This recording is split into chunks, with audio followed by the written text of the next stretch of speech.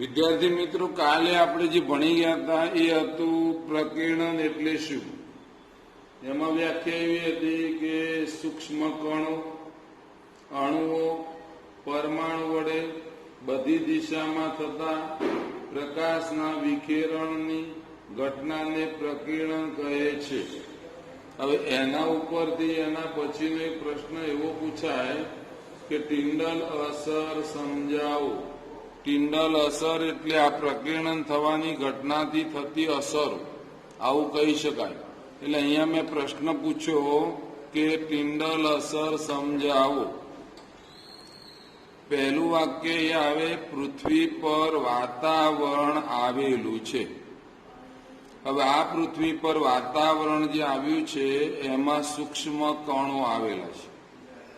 એટલે સૂક્ષ્મ કણો બધા વાતાવરણમાં હોય એટલે એનું વિષમાંગ મિશ્રણ કહેવાય.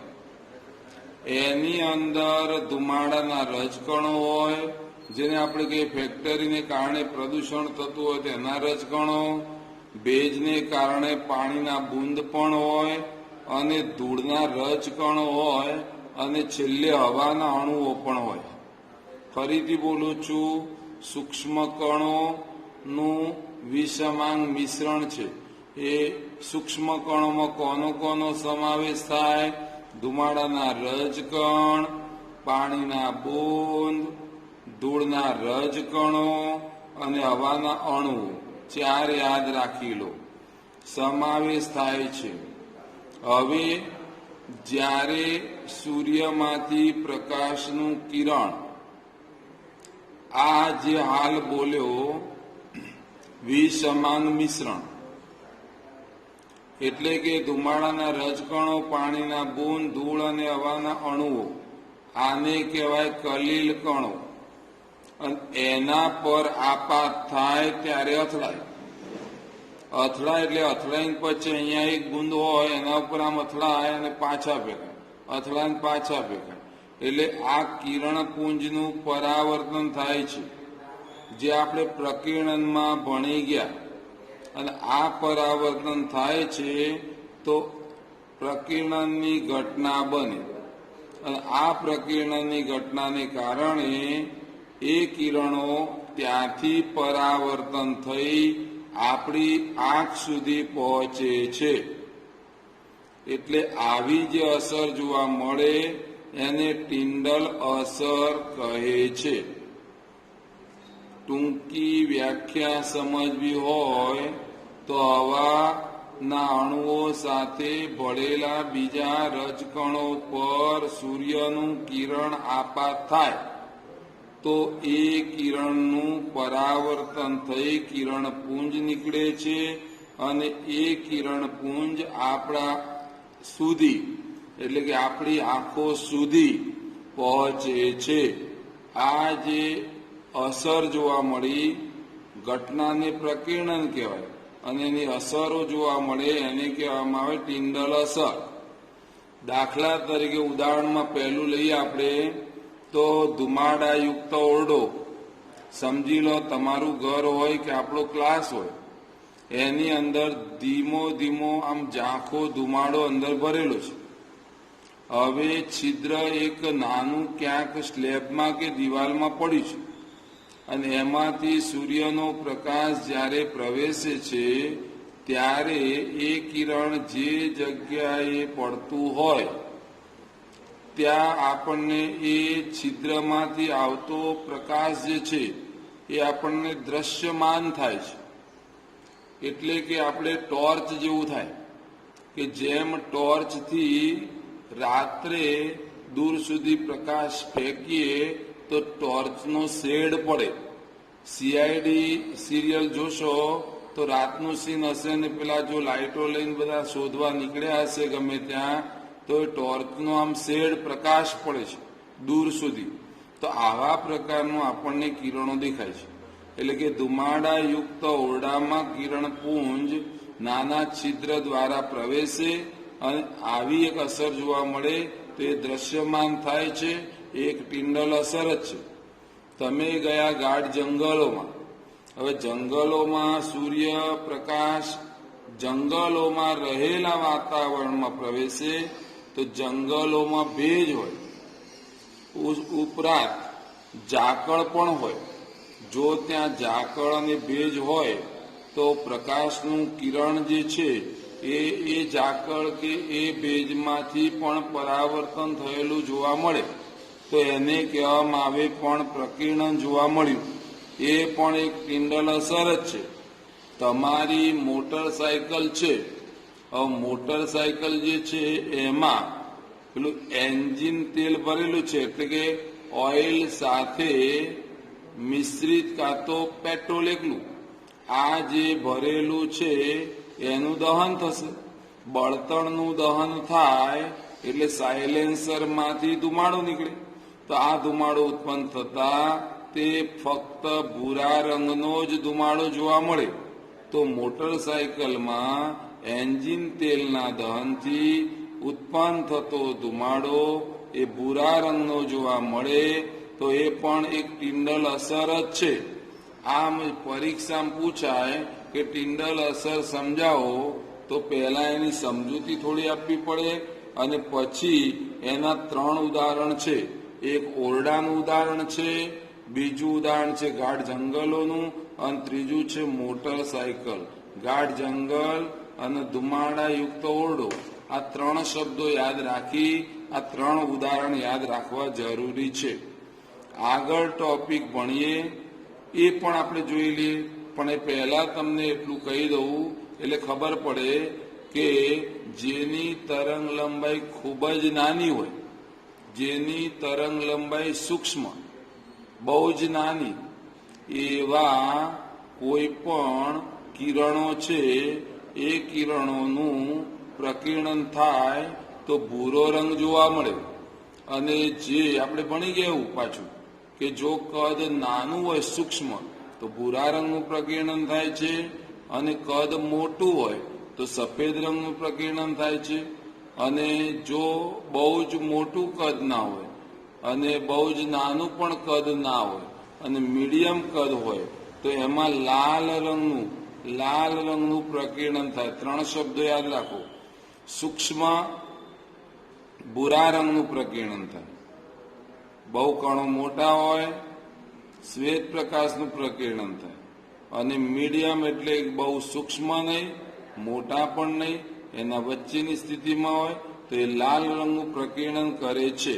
આટલું જો યાદ હોય તો આપણે એક ટોપિક લઈએ છીએ હવે, આકાશ ભૂરા રંગનું કેમ દેખાય છે. આપણે જ્યારે આકાશમાં જોઈએ છીએ ત્યારે એ ભૂરા રંગનો જ દેખાય છે. તો કારણ શું? તો અહીંયા એક આકૃતિ સમજવા માટે મેં દોરી છે. એમાં જે આ રાઉન્ડ મારું છું એ આપણી પૃથ્વી છે. જે ઘાટી લાઈનો બતાવી છે અને રાઉન્ડ બતાવ્યું છે, વર્તુળ બતાવ્યું છે, એ હકીકતમાં પૃથ્વી છે. અને પૃથ્વી પરનું અહીંયા જે બતાવી રહ્યો છું એ હકીકતમાં એ પૃથ્વી પરનું વાતાવરણનું પહેલું સ્તર છે. અને હવે બતાવી રહ્યો છે એ પૃથ્વી પરનું દૂરનું સ્તર છે. એટલે ટૂંકમાં બધું વાતાવરણ જ છે. પૃથ્વીની આજુબાજુ વાતાવરણ જે બતાવ્યું છે એમાં આ સૂર્ય છે, અથવા આ પણ સૂર્ય છે. આ સૂર્ય એટલે અહીંયા અવલોકનકાર હોય એના માથા પર સૂર્ય છે. અહીંયા ક્ષિતિજ રેખા પર સૂર્ય, જેને આપણે ઉગતો કે આથમતો કરીએ એ. ઉગતો સૂર્ય કે આથમતો સૂર્ય આ છે. જ્યારે ભર બપોરનો સૂર્ય અહીંયા હોય એટલે માથા પર આવેલો હોય છે. એટલે અહીંયા લખ્યું માથા પર સૂર્ય આવું. હવે ખાલી ટૂંકમાં સમજાવું તો એવી વાત છે કે અહીંયાથી આવતા પ્રકાશના કિરણો સીધા જ નીચે આવે એટલે થાય છે કેવું કે હકીકતમાં અહીંયાથી ત્રાસુ કિરણ હોત તો એનું વક્રીભવન પણ થયું હોત, પણ એ થતું નથી. અને હવે અહીંયા જે ઉપરનો ભાગ જે છે એ ઉપરના ભાગમાં કણો એકદમ સૂક્ષ્મ હોય છે. એટલે ઉપરથી આવતા પ્રકાશના કિરણો છે એનો અહીંયા રહેલા નાના નાના કણો દ્વારા શું થશે? પ્રકીર્ણન. અને પ્રકીર્ણન થાય તો હમણાં હું બોલી ગયો, અતિ સૂક્ષ્મ કણો હોય તો એનું પ્રકીર્ણન હંમેશા કેવી રીતે થાય છે? તો ભૂરા રંગ સ્વરૂપે થાય છે. એટલે તમને કહું છું કે વાતાવરણમાં હવાના અણુઓ અને બીજા બારીક કણો દ્રશ્ય પ્રકાશની તરંગ લંબાઈ કરતાં ખૂબ જ નાનું પરિમાણ ધરાવે છે. એટલે કે આપણે જે વાતાવરણ જોઈએ છે એ વાતાવરણમાં સૂક્ષ્મ કણો અહીંયા સમજ પડે દેખાય એ માટે અહીંયા ગોઠવું છું. એટલે તમે એકવાર જોઈ લો, એનું લખાણ થોડું થોડું દેખાય એ માટે. તો હવે વાત કરી રહ્યો છું અહીંયા વાતાવરણમાં હવાના અણુઓ અને બીજા બારીક કણો દ્રશ્ય પ્રકાશની તરંગ લંબાઈ કરતા નાનું પરિમાણ ધરાવે છે. વાતાવરણ જે છે એમાં રહેલા બારીક કણોનું કદ અત્યંત નાનું હોય છે. તરંગ લંબાઈ ખૂબ જ નાની હોય છે. લાલ રંગના પ્રકાશની તરંગ લંબાઈ ભૂરા રંગના પ્રકાશની તરંગ લંબાઈ કરતા 1.8 ગણી વધારે છે. ફરીથી બોલું છું, લાલ અને ભૂરા રંગના પ્રકાશની તરંગ લંબાઈ માપવા જઈએ તો લાલ રંગની તરંગ લંબાઈ, લાલ રંગના પ્રકાશની તરંગ લંબાઈ ભૂરા રંગના પ્રકાશની તરંગ લંબાઈ, રંગ નહીં, ભૂરા રંગનો પ્રકાશની તરંગ લંબાઈ કરતા 1.8 ગણી છે. હવે થાય શું? જ્યારે સૂર્યનું કોઈ કિરણ, અહીંયા સૂર્યનું કિરણ જે છે, અહીંયા સૂર્યનું કિરણ છે એ જ્યારે પૃથ્વી પર આપાત થાય, પૃથ્વી પર આપાત થાય એટલે કે વાતાવરણમાં પ્રવેશે, ત્યારે ઘટના શું બને? તો સૂર્યપ્રકાશના કિરણો વાતાવરણમાં પ્રવેશે ત્યારે અત્યંત બારીક કણોને કારણે ભૂરા રંગનું પ્રકીર્ણન થાય. હવે ભૂરા રંગનું પ્રકીર્ણન અહીંયા થઈ ચૂક્યું છે.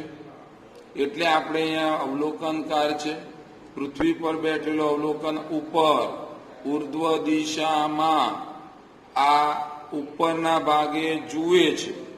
ત્યારે જ્યારે ઉપર જોવે છે ત્યારે પ્રકીર્ણન પામતો પ્રકાશ એ ભૂરા રંગનો હોય છે. એટલે ભૂરા રંગનો પ્રકાશ જો આપણી આંખમાં પ્રવેશે તો આપણને આકાશ ભૂરું જ દેખાય.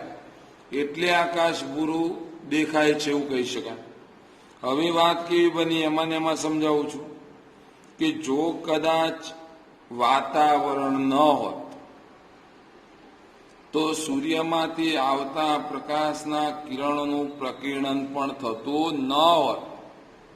તો આવી કોઈ પ્રકીર્ણનની કે ટિંડલ અસરની અસર જોવા ન મળે.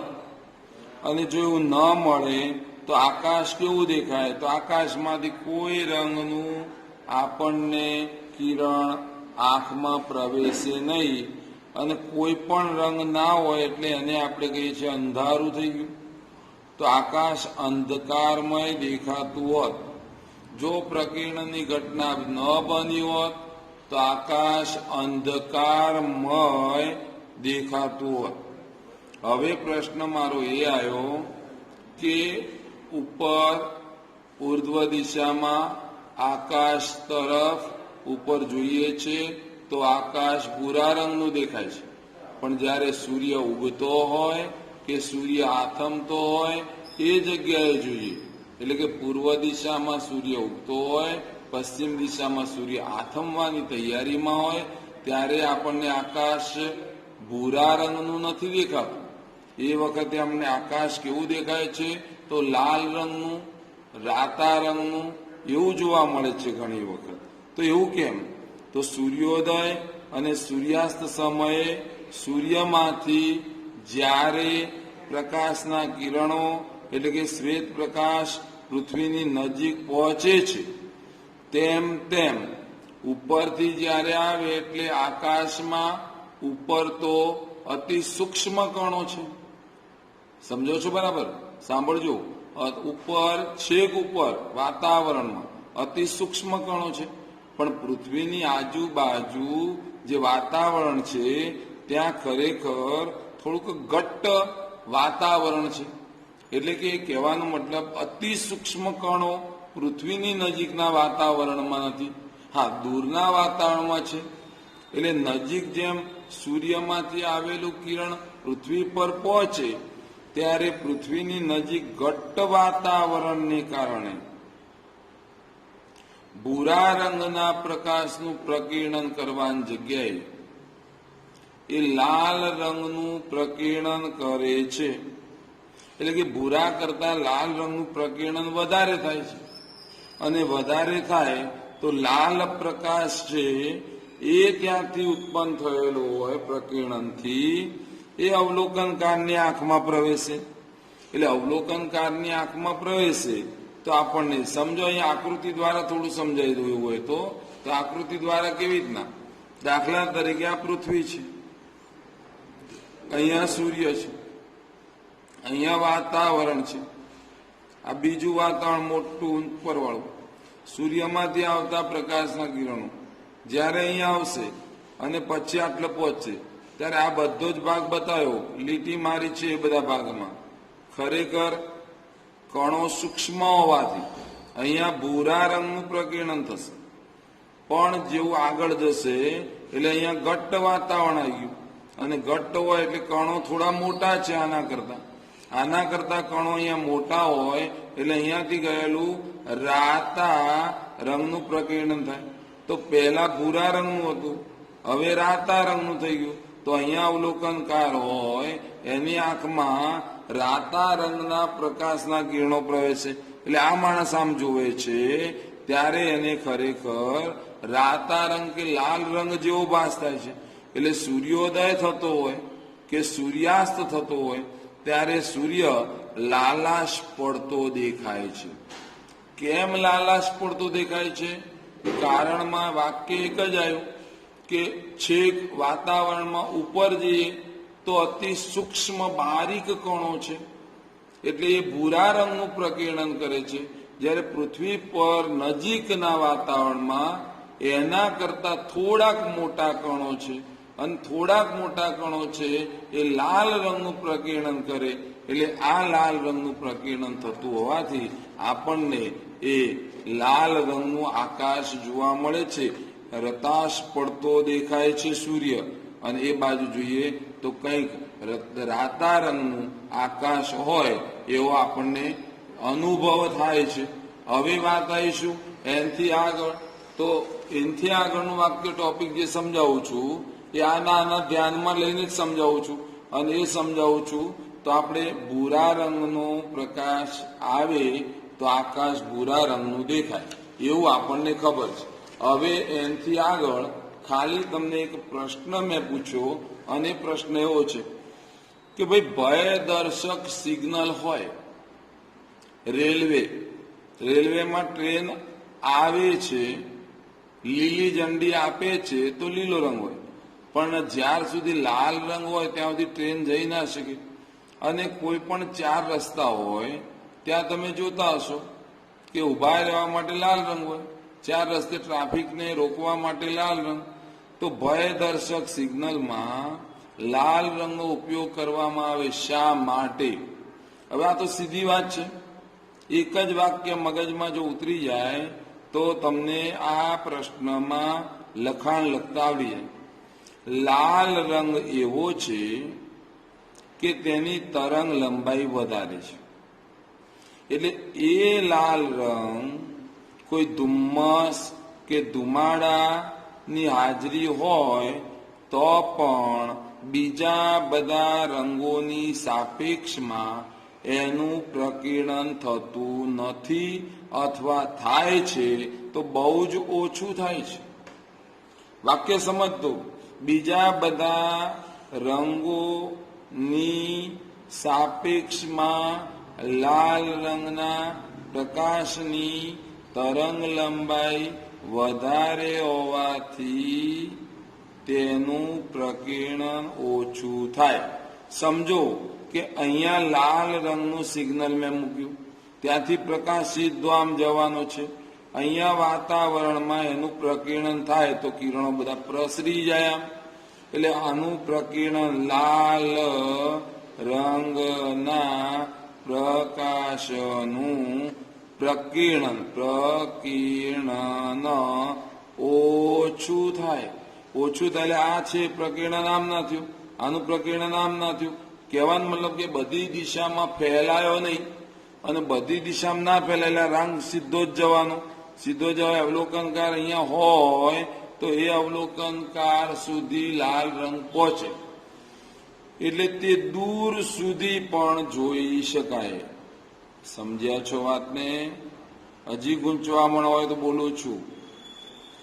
લાલ પ્રકાશની તરંગ લંબાઈ વધારે હોવાથી બીજા બધા રંગની સાપેક્ષમાં ધુમ્મસ કે ધુમાડાની હાજરીમાં તેનું પ્રકીર્ણન ઓછું થાય છે, અને એ વેર વિખેર થતો નથી. એ મોટા વિસ્તારમાં ફેલાતો નથી, પણ સીધે જ સીધો દૂર સુધી જાય છે, અને દૂર સુધી જાય છે એટલે એ જોઈ શકાય છે. એટલે ભયદર્શક સિગ્નલ દૂર હોય, લેસર લાઇટ જે આપણે કહીએ, લેસર દૂર સુધી પ્રકાશ ફેંકી શકે. કિચન પેલું આવે છે, છોકરાઓ રમતા હોય છે, આમ નાના ટપકા સ્વરૂપે દૂર સુધી લેસર ફેંકી શકે છે. આમ ભયદર્શક સિગ્નલમાં લાલ રંગનો ઉપયોગ થાય છે. સમજી ગયા? આટલી વાત સમજ્યા હોય તો હવે આગળ ટોપિક બીજો લઉં છું. હવે આ પાઠમાં જે પ્રશ્નોનું વર્ણન ને સમજાવવાનું હતું એ કામ આપણું પૂર્ણ થઈ ગયું છે. એટલે હવે આવશે શું? તફાવત અને કારણ. એના પછી આવે ખાલી જગ્યાઓ, ટૂંકા પ્રશ્નો અને વિકલ્પવાળી ખાલી જગ્યાઓ હોય તો એ. એટલે આ જે છે નાનું મોટું જે બોલ્યો એ બધું તો પછી ભણાયેલું એમાંથી જ આવે. એટલે એ તમારા જોડે ગાઈડ હોય તો એમાં આપેલું છે, એટલે એમાંથી તમે વાંચી શકો છો. જો ન હોય તો આજે એક પ્રયત્ન કરીશું અમે 3-4 પેજનો ફોટો પાડી અને તમને અપલોડ કરીશું, એટલે એમાંથી પણ વાંચી શકાય. હવે આવીએ તફાવત પર. આમાં બે જ તફાવત છે. પહેલો તફાવત છે લઘુ દ્રષ્ટિની ખામી અને ગુરુ દ્રષ્ટિની ખામી. બીજો તફાવત છે નજીકનું બિંદુ અને દૂરનું બિંદુ. તો આપણે પહેલું લઈએ લઘુ દ્રષ્ટિની ખામી. હવે મારે લઘુ દ્રષ્ટિની ખામીનો તફાવત લખવો હોય એ પહેલા મારે તમને લઈ જવા પડે મેં ચલાયેલા પ્રશ્નો તરફ. તો યાદ કરો, હું એ વખત બોલતો હતો લઘુ દ્રષ્ટિમાં દૂરની વસ્તુ બાળક જોઈ શકતો નથી, ગુરુ દ્રષ્ટિમાં નજીક જોઈ શકતો નથી. આપણે એવું કહ્યું હતું કે મોટી ઉંમરની વ્યક્તિ હોય તો ગુરુ દ્રષ્ટિની ખામી હોય, અને નાની ઉંમરની વ્યક્તિ હોય તો લઘુ દ્રષ્ટિની ખામી હોય. આવું કંઈ ભણતા હતા. એવું એ ભણ્યા હતા કે ભાઈ બાળક જે ક્લાસમાં ભણવા આવે છે એના આપણે ચશ્મા જોઈએ તો એ લગભગ અંતર્ગોળ લેન્સના જ ચશ્મા હોય છે. જ્યારે મોટી ઉંમરની વ્યક્તિ હોય એને ન્યૂઝપેપર વાંચવા માટે નજીક જરૂર પડે, એ બહિર્ગોળ લેન્સ હોય છે. એટલે આ જે વર્ણન કર્યું એના ઉપરથી તફાવતના મુદ્દા આવી જાય. પહેલું મેં કહ્યું લઘુ દ્રષ્ટિની ખામી, તો એમાં લેન્સ છે ને એ પાતળો ના થતો હોય. એટલે લેન્સ પાતળો ના થાય અને જાડો રહે એટલે કિરણો નજીક કેન્દ્રિત થતા હોય, દૂર ના જતા હોય. એટલે એને નજીકની વસ્તુ તો દેખાશે પણ દૂરની વસ્તુ જોઈ શકતો નથી. એટલે પહેલો પોઈન્ટ તમારે લખવો હોય તો મેં લખેલો છે, લેન્સ પાતળો થતો નથી, જાડો રહે છે. એટલે અહીંયા લખવું લખી શકાય દૂરની વસ્તુ જોઈ શકાતી નથી, નજીકની વસ્તુ જોઈ શકાય છે. ઊંધું, આ પાતળો શબ્દ આવ્યો તો અહીંયા જાડો આવ્યો. લેન્સ જાડો થતો નથી, પાતળો રહે છે. એક ટોપિક મારો થઈ ગયો. બીજો મુદ્દો શું આવે? દૂરની વસ્તુ પરથી આવતા પ્રકાશના કિરણો.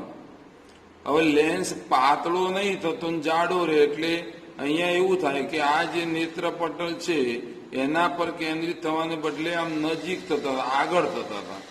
તો દૂરની વસ્તુમાંથી આવતા પ્રકાશના કિરણો નેત્ર પટલની આગળ કેન્દ્રિત થાય છે. એટલે નેત્ર પટલની આગળ લઘુ દ્રષ્ટિમાં કેન્દ્રિત થાય, જ્યારે ગુરુ દ્રષ્ટિમાં નેત્ર પટલની પાછળ કેન્દ્રિત થાય છે. નેત્ર પટલની પાછળ, આગળ પાછળ. નજીકની વસ્તુ પરથી આવતા કિરણો નેત્ર પટલ પર કેન્દ્રિત થાય, એટલે નજીકની વસ્તુ દેખાય. નજીકની વાત પૂરી થઈ તો દૂરથી આવતા પ્રકાશના કિરણો નેત્ર પટલ પર કેન્દ્રિત થાય, એટલે દૂરની દેખાય. સમજો, અહીંયા લઘુ દ્રષ્ટિમાં દૂરની ન દેખાય, દૂરની ન દેખાય, નજીકની દેખાય. અહીંયા આવે નજીકનું દેખાય, દૂરનું ન દેખાય. પ્રકાશના કિરણો નેત્ર પટલની આગળ કેન્દ્રિત થાય, આમાં પાછળ કેન્દ્રિત થાય. અને આમ આ જે મુદ્દા છે એમાં 3 મુદ્દા પતી ગયા. અને ચોથો મુદ્દો જે છે એ ચોથો મુદ્દો બધાને ખબર છે કે લઘુ દ્રષ્ટિની ખામી હોય તો અંતર્ગોળ લેન્સના ચશ્મા વડે આ નિવારી શકાય, અને ગુરુ દ્રષ્ટિ હોય તો બહિર્ગોળ લેન્સના ચશ્મા વડે આ ખામી નિવારી શકાય. એક તફાવત પૂરો કર્યો. બીજો તફાવતમાં નજીકનું બિંદુ કોને કહેવાય? આગળ ભણ્યા, યાદ કરો. જે લઘુત્તમ અંતરે, અહીંયા હું લખું છું, આ પેજ છે એમાં હું લખું છું અને એમાં 2 શબ્દો મૂકું. હું બધા પોઈન્ટ નહીં લખું, ખાલી નાના નાના પોઈન્ટ લખીને છોડ દઈશ. નજીકનું બિંદુ અથવા નજીક બિંદુ. અહીંયા લખું છું દૂર બિંદુ, જેને દૂરનું બિંદુ કહેવાય, નજીકનું બિંદુ. તફાવત પોઈન્ટ નંબર 1. લઘુત્તમ અંતરે, લઘુત્તમ એટલે નજીક ના અંતરે આંખની જે આપણી લેન્સ છે એની કોઈ તણાવ ઉત્પન્ન ના થવું જોઈએ, અને એ તણાવ વગર આંખ જોઈ શકે. લઘુત્તમ અંતરે તણાવ વગર નજીકની વસ્તુ જોઈ શકાય, તે અંતરને નજીકનું બિંદુ કહે છે. આમાં દૂર આંખનો લેન્સ જે છે એ લેન્સમાં દૂર સુધી સ્પષ્ટ જોઈ શકે તો એ અંતરને દૂરનું, દૂર સુધી જોઈ શકે તેને દૂરનું બિંદુ કહે છે. નજીકનું બિંદુ ભણી ગયા 25 સેન્ટીમીટર હોય, દૂરનું બિંદુ અનંત અંતર સુધી હોય. બીજો મુદ્દો આવ્યો, 25 સેન્ટીમીટર નજીકનું બિંદુ, દૂરનું બિંદુ અનંત અંતરે હોય. હવે આ ગુરુ દ્રષ્ટિની ખામી. ગુરુ દ્રષ્ટિની ખામી એટલે મોટા વ્યક્તિઓમાં હોય. મોટા વ્યક્તિઓને નજીકનું નહીં દેખાતું, એનો મતલબ કે 25 સેન્ટીમીટર કરતા આ નજીકનું બિંદુ થોડુંક દૂર ગયું હોય. એટલે વાક્ય રચના બનાવી તો આવું હોય કે ગુરુ દ્રષ્ટિની ખામી ધરાવતી વ્યક્તિનું નજીક બિંદુ 25 સેન્ટીમીટર કરતા વધુ અંતરે છે, વધુ અંતરે હોય છે. તો આમાં શું આવશે? તો લઘુ દ્રષ્ટિની ખામી, લઘુ દ્રષ્ટિની ખામી, લઘુ દ્રષ્ટિની ખામી જેનામાં હોય એમાં દૂરનું બિંદુ અનંત અંતરે હોય, તેના કરતા ઓછા અંતરે હશે. અને છેલ્લો પોઈન્ટ આવ્યો, 3 થયા મુદ્દા. આપણે 4 મુદ્દા લખવાના, 2 માર્ક્સનું પૂછાય, દરેકનો અડધો માર્ક્સ હોય એટલે. તો હમણાં બોલતા હતા એવું છેલ્લો મુદ્દો કે આ નજીકનું બિંદુ છે અને નજીકનું બિંદુ હોય તો ગુરુ દ્રષ્ટિની ખામી વાળો વ્યક્તિ હોય એને ખરેખર આપણે નજીકનું જો ન દેખાય તો એને બહિર્ગોળ લેન્સના ચશ્માનો ઉપયોગ કરી તેને 25 સેન્ટીમીટર સુધી એ દ્રષ્ટિ લાવી શકાય. એટલે કે બહિર્ગોળ લેન્સ વડે આ નજીકનું બિંદુ જે છે એની જગ્યા સુધી અંતર લાવી શકાય. વાક્ય રચના બોલું છું. લઘુ દ્રષ્ટિ અને ગુરુ દ્રષ્ટિ માં આમાં આવશે ગુરુ દ્રષ્ટિની ખામી વાળી વ્યક્તિનું નજીકનું બિંદુ યોગ્ય કેન્દ્ર લંબાઈ વાળા બહિર્ગોળ લેન્સનો ઉપયોગ કરી 25 સેન્ટીમીટર અંતરે લાવી શકાય છે. જે વાક્ય અહીંયા બોલ્યો છું એ વાક્ય અહીંયા પણ આવશે. અને આવશે શું કે લઘુ દ્રષ્ટિની ખામી, લઘુ દ્રષ્ટિની ખામી વાળી વ્યક્તિ હોય તો એ વ્યક્તિમાં યોગ્ય કેન્દ્ર લંબાઈ વાળા અંતર્ગોળ લેન્સ વડે અનંત અંતરે તે બિંદુને લઈ જઈ એ વસ્તુ જોઈ શકાય છે. આમ 4 મુદ્દા આયા. લઘુત્તમ અંતરે દૂર સુધી જોઈ શકાય, લઘુત્તમ અંતર 25 સેન્ટીમીટર, અનંત અંતર આમાં 25 સેન્ટીમીટર કરતા અંતર વધી જાય એટલે કે દૂર ગયું હોય તો આપણને ન દેખાય, આમાં અનંત અંતરથી અંદર આવી જાય તો પણ ન દેખાય, અને આમાં જોવા માટે બહિર્ગોળનો ઉપયોગ થશે, આમાં જોવા માટે અંતર્ગોળ લેન્સનો ઉપયોગ થશે. આ 2 તફાવત હતા. હવે જે ભણવાનું છે એ કારણો છે, અને કારણ હું બોલું છું એમાં લખાણ લખવાની મારે જરૂર નથી, અથવા તમને આવડશે એવા છે બરાબર તો એક વર્ણન કરી દઉં છું.